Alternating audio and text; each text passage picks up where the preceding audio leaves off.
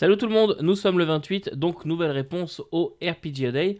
Et aujourd'hui, je dois vous parler d'un gadget pour joueurs. Alors, déjà, je commence par une petite parenthèse. Cette question, c'est peut-être celle qui m'emballe le moins de tout le RPG Day cette année. D'ailleurs, les questions qu'on vient de passer, je dirais que depuis le 24, je trouve que les questions sont un petit peu ennuyeuses, pour être tout à fait honnête. Heureusement, après, ça va mieux, mais celle-là, je l'ai trouvée particulièrement plate. Voilà. Déjà, concentrons-nous 2 secondes sur le concept de gadget. Pour moi, gadget dit un truc dont tu n'as pas du tout besoin, mais que tu aimes bien avoir. Mais c'est pas utile à la base, t'en as pas du tout besoin. Donc, en tant que rôliste, un gadget.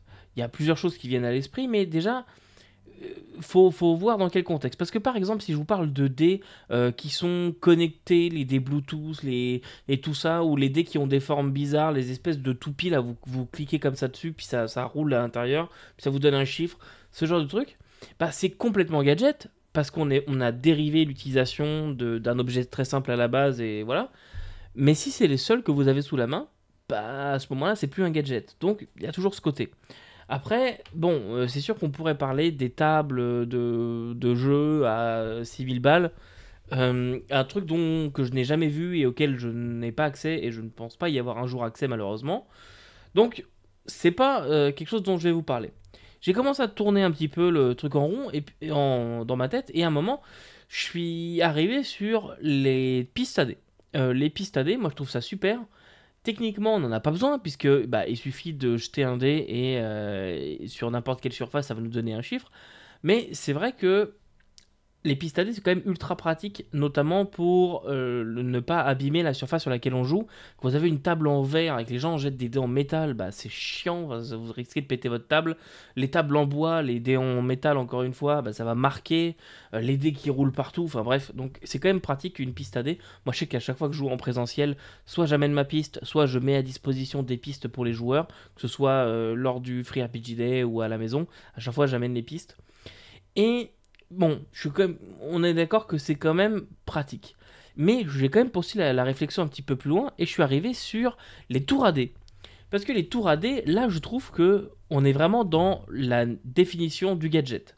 Ça ne va rien faire de mieux qu'une piste AD, mais ça va le faire différemment.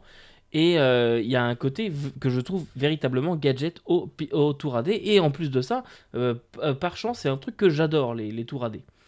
Alors, j'ai décidé de vous montrer. Donc, pour rappel, une tour AD, hein, ça par exemple, c'est la toute première tour AD que j'ai faite. C'est une tour que j'ai achetée en 3D que j'ai imprimée, qui a un gros défaut d'ailleurs à la base, on va y revenir.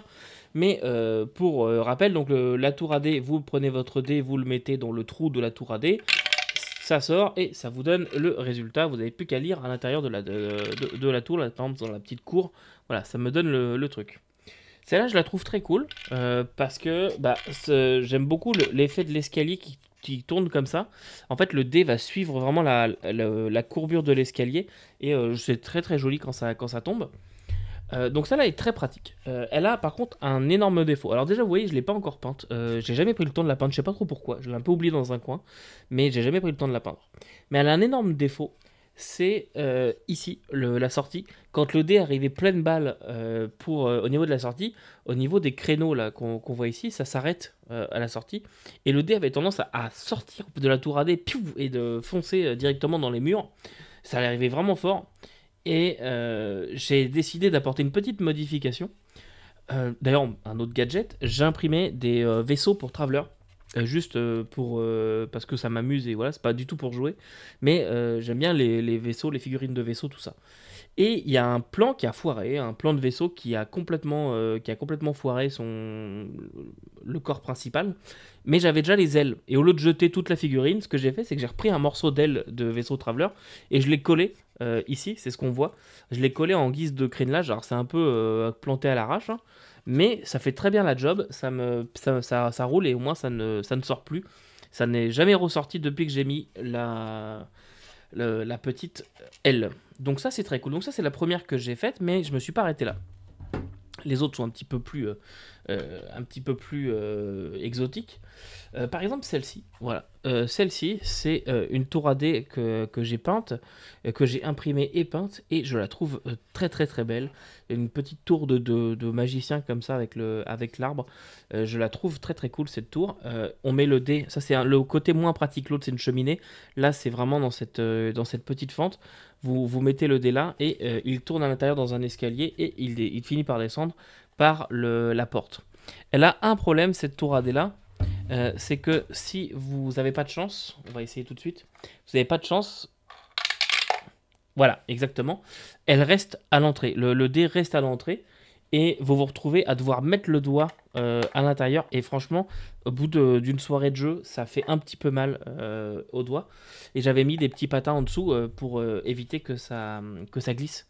C'est assez cool. Franchement, j'aime beaucoup cette tour AD, mais à part ce petit problème de blocage à la porte, ça arrive souvent que les tours AD, des fois, elles sont pas extraordinairement bien conçues. Mais ça, c'est ma tour AD, disons, principale, que j'aime bien par rapport à l'autre. Je suis vraiment en train de vous raconter ma vie, hein, je meuble un peu. Donc vous voyez, celle-là, elle est quand même très épaisse, et elle prend de la place. Celle-là, elle est quand même beaucoup moins. Alors, on dirait pas comme ça la caméra, voilà. Elle l'est beaucoup moins, et donc elle est plus verticale, ce qui fait que c'est des fois plus pratique sur un bureau un petit peu plus petit. Même si j'ai plus trop ce genre de problème. Et la dernière que j'ai faite, que j'ai imprimée, qui est encore en cours de peinture, celle-là, elle n'est pas à moi, puisque je l'ai faite, mais pour un ami que vous pouvez voir dans Traveler, le docteur Mwamba, à qui je dois offrir cette tour AD. La voilà.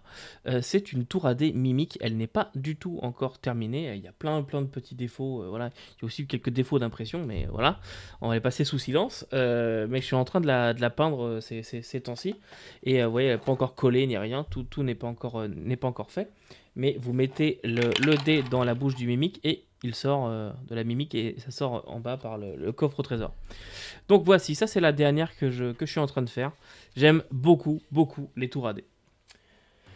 Voilà donc pour un accessoire de joueur, un gadget de joueur que je trouve intéressant. Vraiment c'est complètement gadget, une piste AD, ça va très bien. Mais c'est pas très cher à l'achat si vous achetez en plan 3D. En plan, enfin en tour AD normal, ça peut être cher si vous prenez des trucs un peu dans le genre, un peu exotique. Mais sinon c'est pas très cher à la fois si vous les faites vous-même. Alors là c'est vraiment pas cher puisque il y a que le PLA à acheter ou la résine. Celle-là d'ailleurs c'est en résine, l'autre c'est en PLA. Et ça coûte pas tant cher que ça. Mis à part, faut acheter la machine à la base. Si vous faites que les tours AD, c'est un peu dommage. Et si jamais vous avez aussi des sites comme Etsy, vous pouvez commander directement les tours. D'ailleurs, je crois que celle-ci est liée dessus. Mais vous pouvez commander directement les tours imprimés et ça coûte pas tant cher. Je dirais une vingtaine d'euros, quelque chose comme ça. Ça coûte pas si cher que ça, donc c'est abordable. Et ça a fait comme son petit effet autour de la table. Ça apporte un petit quelque chose. Donc voilà pour le gadget de joueur, une question à laquelle je ne savais pas trop quoi répondre, mais finalement, ça fait une bonne vidéo. Et on se retrouve demain, là, pour une question qui me plaît déjà beaucoup plus, une application extraordinaire. On verra ça donc demain.